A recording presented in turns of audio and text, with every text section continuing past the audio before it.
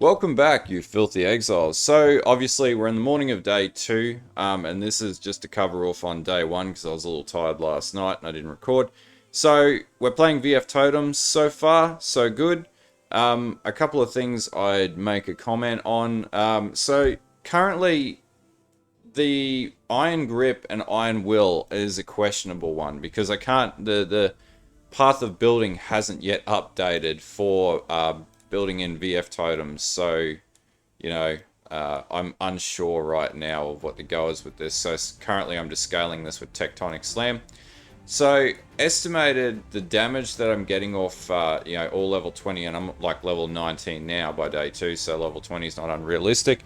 I'm at like 140,000 DPS per totem. Just looking at the overall tree and to see if you can, see if I'm trying to bullshit you or not.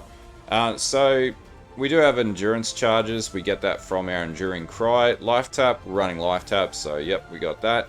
I have a totem summoned. I have always recently summoned totems, and I have a cap of like 4 to 5 totems.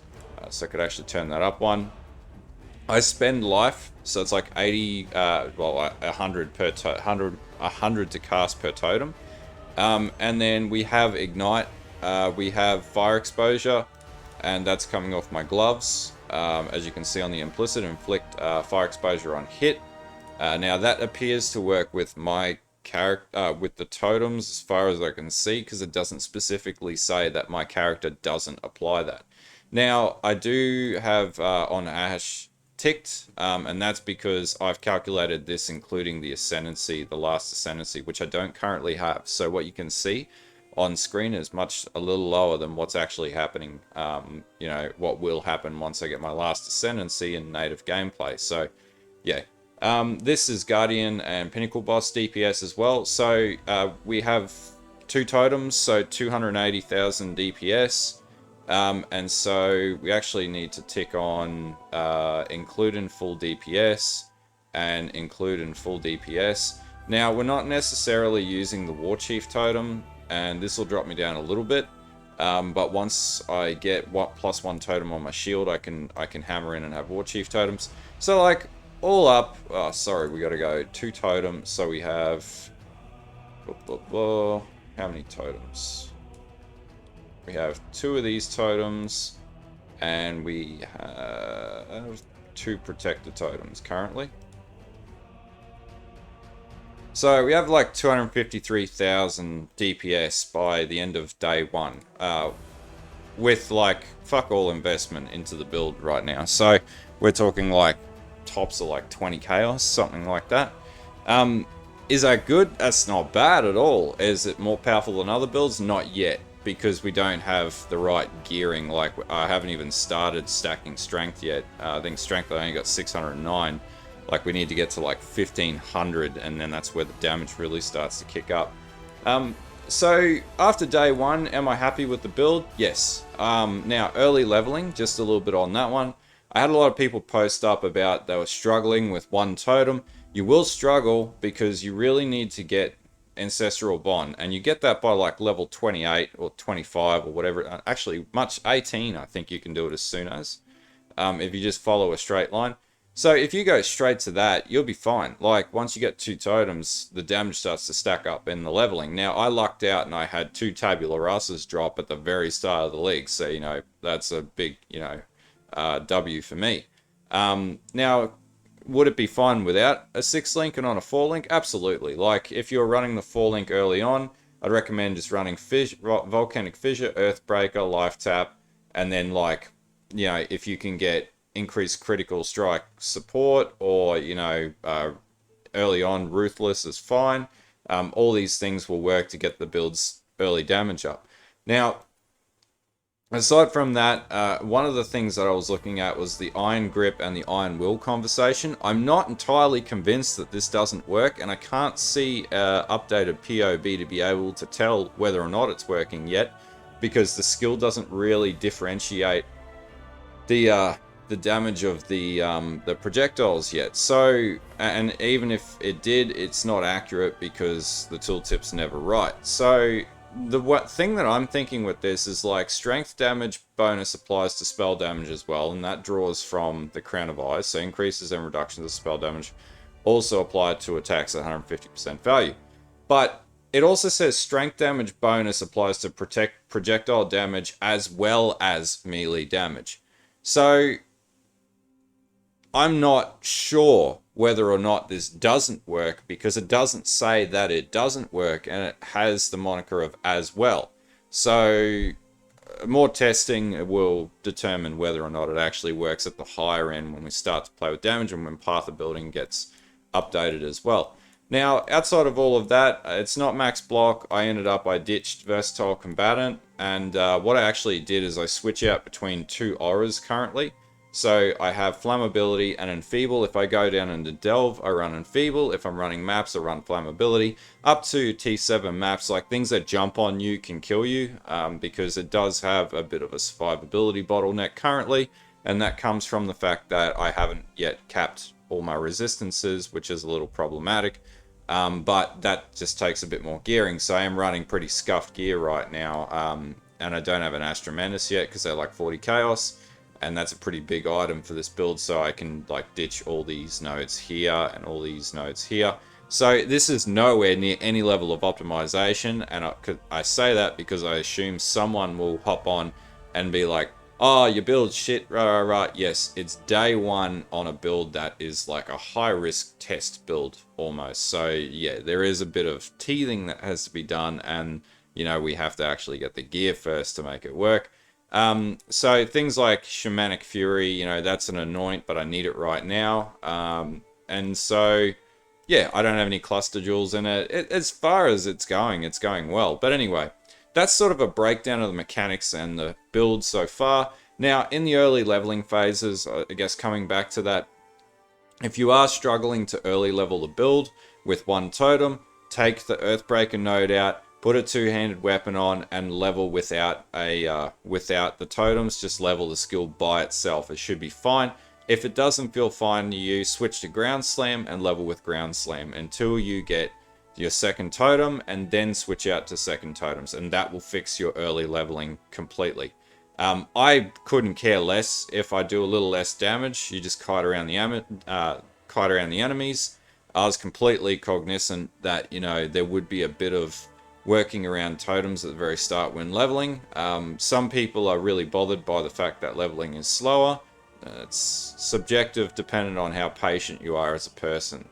Didn't bother me. I completed the full campaign within 8 hours. Once I got my second totem, I just absolutely destroyed my way through the game.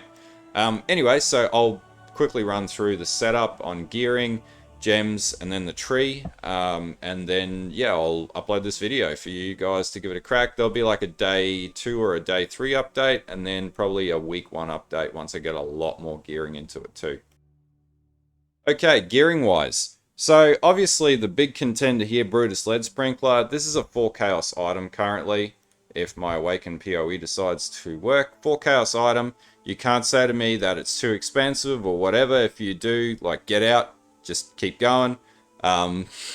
If you play SSF, I don't have a solution for how to target farm these, but they drop commonly within the campaign and whatnot. So I think this is like a level 28 item. So it is attainable. That's why I don't recommend this build for SSF. Crown of Eyes, literally 3 chaos item right now on the market, dirt cheap. Shield, I'm trying to craft a shaped shield into a +1. Obviously, that's going to take a little bit of time, so currently not quite there, but I have a shaped shield, so that's a start. Amulet, just scuffed amulet. Rings, I'm just trying to thread together enough resistance as I can to be able to cap it. Now, bear in mind, my amulet, it's not ideal because it's got resistances on it, and you don't want that because we're going to be switching this out for an Astramentis. I am just running a Tabula Rasa because I had 2 drop and I got really lucky at the start of League in the first hour of gameplay, which is like that short that I put up. I still can't believe it happened. Gloves, resistances, I did get Inflict Fire Exposure, which is cool. Again, not entirely sure it works the way that I think it's working, but potentially still really good to have, so there's that. Now, I had an intelligence problem because this character is a little bit of a dum-dum. So without the Astramentis, I needed to put a Beta Breath on, which really common item that drops throughout the campaign. It's literally a 1C item. So again, like really cheap. And then Alberon's Warpath because it stacks strength, and then obviously your Brutus Lead Sprinkler pulls 4 to 7 fire damage to attacks with this weapon per 10 strength. So, you know, 18% strength, which I'm pretty sure is, yeah, it's a capped roll. Really good to have. Some resistance as well to chaos and 25% movement speed and straight up armor. Really good item for this build early on and actually throughout to like endgame too. Flask, literally Eternal Flask, Quicksilver, Diamond to get my crit up, Granite, and a Ruby Flask just because I had to compensate for fire resistance early on, which is sort of better now, and my lightning's back to being really bad. Yeah, that's about it for gearing, for gem setup. Use your English, Sean. For gearing currently. Okay, gem setup. So in my helm, I'm running like 2 auras in there, curse auras. Now the first one I've got for enfeeble is if I'm like delving, because I was delving with this character, but I need to max cap my reses to be able to push down to 200 currently. And then I've got flammability for mapping, which is, I'll say this, just insanely powerful. Way better than running Assassin's Mark anymore. Like, fuck Assassin's Mark. We're not even going to waste our time with Assassin's Mark. Curses are just ridiculous now. So, anyway, there is that. In my Brutus Lead Sprinkler, I've cast when damage taken, life tap, and Molten Shell. So I do have Determination in this build instead of Armor. Now, if I switched out Determination for Anger, I'd get a significant damage boost, but my survivability would drop, and I'd rather not die constantly. So there is that. So in my other offhand, I've got multiple totems, life tap, and Ancestral Protector. This allows me to cast two Protector Totems and 2 Volcanic Fissure Totems, which is really cool. And then in my main setup, I did deviate this because I wanted to max my crit out as much as I could. So I do have like, where's my crit currently? So crit chance with Flask up is like 65% with nearly 400% multi, which just destroys bosses currently at T7 and below. So I have Volcanic Fissure, I've got Earthbreaker, I've got Life Tap support, I've got increased critical strike damage, fire penetration, and increased critical strike support. Now, you could switch these out and have like elemental damage and ruthless, entirely up to you. Like, I just like maxing crit out on these types of builds because crit just does big chungus damage. But you know, you could have multiple projectiles. I know one of the dudes playing this build with me is he's got multi projectiles, and it was a close damage, whatever that's called. You can play with it to get it to work. Like I said, this is a bit of this is unknown territory, so I don't quite know what works best right now, but I will know in the next few days. Now in my gloves, I've got Vitality. That doesn't make any sense. That should be Leap Slam attached to faster attacks, and then Vitality and Ancestral War Chief. Now, War Chief I'm sort of leveling up, but once I get my +1, I'll be able to run two Volcanic Fissure Totems, my Ancestral War Chief, and my 2 Protector Totems, and they'll be quite powerful. Alternatively, you can pop it and have 3 seconds if you have the Totem Masteries for buffs from active Ancestor Totems linger for 3 seconds. And that's an option that you could do to do it like a 3-second buff. So you would pop your Protector Totems, pop your War Chief Totems, and then smack in your 2 Volcanic Fissure Totems to overwrite your War Chief Totem. Or you'd start the sequence with War Chief Totems. Now that's an option that you could exercise. And they'll give you a 3-second buff and then cycle that. But that's a lot of clicking and I really hate that. So I'd rather just wait until I get +1 and level it up. And then finally, I do have Tempest Shield in the build, which isn't in use, so we'll take that out. I have Determination, Precision, and Enduring Cry in my boots, and obviously you could switch out if you want more damage. Probably get you like 150, 180,000 per totem with Anger. You do a lot more damage, but you obviously would be much more susceptible to dying. So I'm running Determination alternatively because I like having, like, you know, buffed up armor. But yeah, that's pretty much for gem setups. Okay, so for the tree, now when I first started leveling this tree, I did take it up. I picked up the Heart of the Warrior. I didn't pick up Versatility, and then I've pretty much followed all the way up to Ancestral Bond. I picked up Pain Forger and Galvanic Hammer, and I actually picked up Mace Mastery for all damage chills as well. The reason why is all damage chills, so it slows enemies, and once we get Ash on enemies as well from our Ascendancy, then we got two sources to slow enemies down so they can't, like, overwhelm you. And then I've got Purity of Flesh. I did pick up Sovereignty so I could handle running 4 auras, or a Curse aura and 3 auras. So I did sort of switch it out a little bit from the initial tree. It just felt better.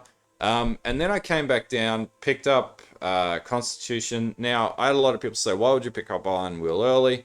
Well, it's only 1 point. Doesn't really matter when you're leveling up. But you'll need it for when you run Crown of Eyes, because it's a pretty significant damage boost that synergizes between the conversion of spell damage, which is coming from your strength, that's converting into a buff to spells, and then that then converts into attack damage, again at 150% value from the Crown of Eyes. So, you know, it's up to you what you do. Now, I did have to pick up some attribute nodes here to get intelligence and dex into the build. Down into disemboweling, critical strike multiplier against unique enemies, absolutely. Barbarism, I did pick up Juggernaut, and the armor mastery for determination has reservation efficiency. Now, I do have Cannibalistic Rite in this build because I am running life taps, so it makes sense to have Cannibalistic Rite. It reduces the impact of life spend and also gives you more recovery, so this build's quite sustainable. Obviously, Utmost Might and the 5% attribute buff as well, because we need that because this is a strength stacking build.